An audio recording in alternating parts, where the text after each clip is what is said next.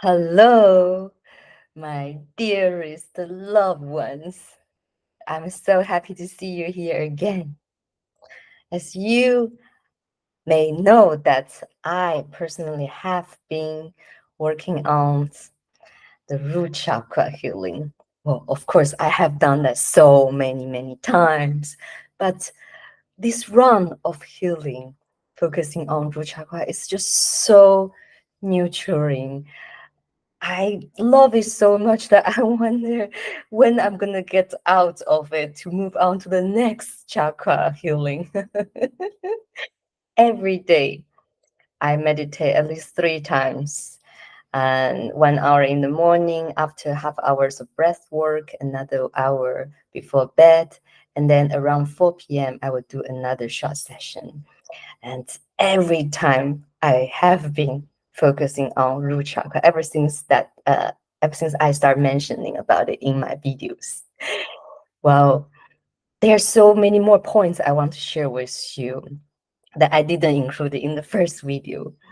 First of all, I realized that I have been doing red light therapies to myself throughout my body that made me still feel so revitalized, energized, so uh, so much power coming up from this chakra. I visualize myself sitting on in this pool of red light, with of course the center of my root chakra at the base of spine.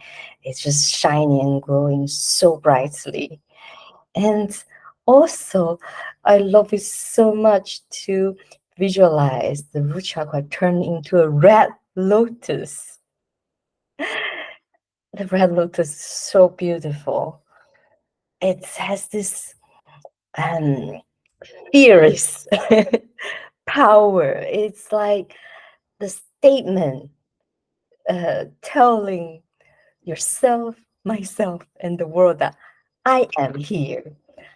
I have all the right to be here, and I am just as perfectly imperfect as I am.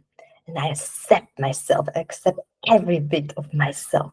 I accept how I look, I accept how I sound, I accept how I move, and I accept my evolution. And I also accept my mistakes, my faults, my flaws, all the shortcomings, and of course, all the mistakes I will make in the future as well. I accept it. And everything is just as perfect as it is. I also completely accept where I came from, my race, my birthplace, my nationality, my entire experience as a world citizen. Oftentimes people ask, where are you from? Because they cannot tell. And even if I told them where I was born, they still feel somehow something is different. So I have to tell them, okay, look, I was born in one place and I grew up in 3 different continents. And actually, I'm exploring the fourth and the fifth continents right now in my life. And I enjoy thoroughly to plug into the culture, to feel the vibrational frequency of the locals, to feel that we're so much the same. So, yes, one very important thing about the root chakra healing is the sense of acceptance. Feel that you completely belong. You belong to this moment. You feel this sense of surrendering. And there's nothing to worry about. Okay, what happened if the whole sky fall off? So I'm good. Well, we happily rebirth again. So what? I'm doing so great, just experiencing every moment, every juicy, delicious moment to the fullest. And that is why I wanted to share this energetic transmission every day with you. Well, as much as I can, okay, as long as I have internet access.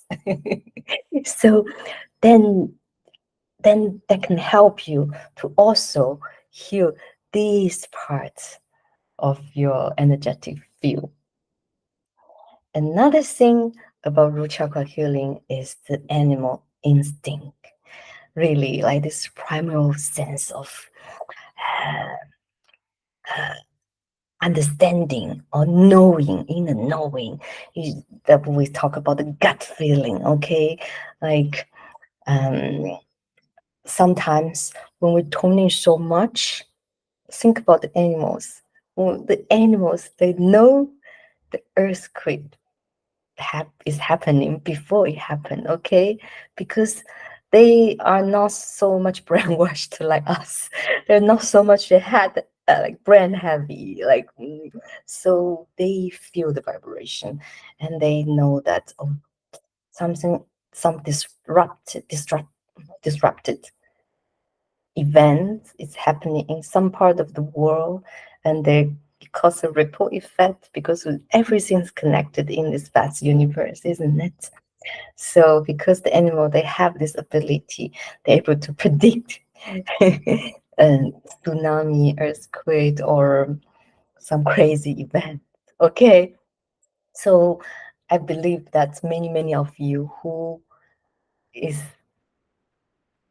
lucky to be able to watch this sorry, watch these videos, you must have feel something. Okay, you feel, hmm, the days leading up to the mid-July, it's so crazy. There may be an earthquake politically, financially, or real in the real life, or something still cooking. You know, it feels like, yes, there was this crazy things about the U.S. presidential election, but you feel that there is another boost will be dropped soon, but you don't know where and what. And you also know that things happening in the human society, in this collective, actually has close connection with the movement, even from the inner core of the earth, or the surface, the crust of the earth, and also the atmospheric movement, the storm, the crazy hurricane, um, and then also it has the connection with the solar flare. So much coming light. It's blazing light, okay? It's shining our way. We're just like, I don't know, we're just being bathed in this increasing amount of light.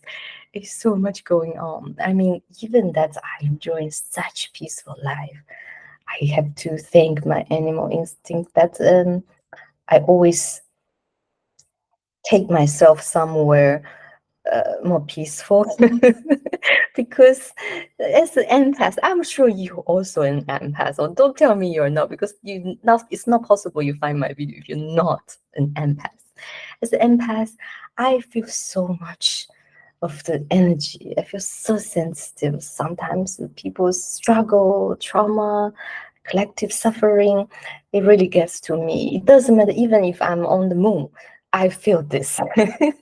It's not possible that I don't feel it. Even I'm like living a really quiet, contained, peaceful life, but I feel so closely connected, especially to the people who I have encountered in the past. And I can feel the energy because of the changing environment and this increasing tension in the air. Well, of course, I pray for world peace all the time, okay? I pray to everyone. Buddha, Jesus, Guan Yin, Lao Tzu, Krishna, you name it. I could pray to all of them. And then I realized that they're all one being. They're just like the glowing, shining white light, you know? They made me feel that, okay, it will all be fine. And I have to also say that because of this sensibility of feeling the energy of this certain location, um, Sometimes it draw me to the location when it's developing dramatically, and or when I first arrived at the place, it was a bit of the wasteland, and after 3 years or four, and suddenly that place become like the most hipster area of that most exciting city of that area, and then I can smell it. Okay, yes, this is all how it works. It wasteland, and then we say artists. Artists. Well, here we're talking about the real free people who can sense the energy, the empaths, the person who are holding a light, and they come and then make the place amazing, like super inspiring. And then, of course, uh, money, smell it. And gentrification is just coming, okay? Like, and then oof, when I feel that, I have to pick up to go, you know? Not that I abandon the place. My heart and my soul forever, piece of my soul forever stayed at that place with the people that I love. And I always wished best for them.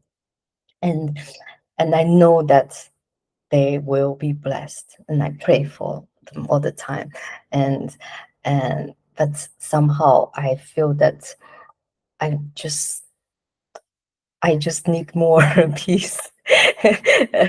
So I move away from gentrification. So I can say that I'm like the expert of running away from gentrification. So this is talking about the animal instinct. It can be like in the short time, the sudden coming event, or it could be like this wave, like this a, a few years of movements, this energetic shift, this mass immigration of the world. Um, so yes, I have stayed in at least 3, 4 different places that they all changed to the most hipster, profitable area of that hip city. And then I realized, okay, I'm not coexisting with the money. No, I'm I'm taking my pilgrimage to the next place. I know that God also wants me to get moving so I can share my energy with more people around the world. So yes, complete acceptance, and also trust your instinct, trust your guts.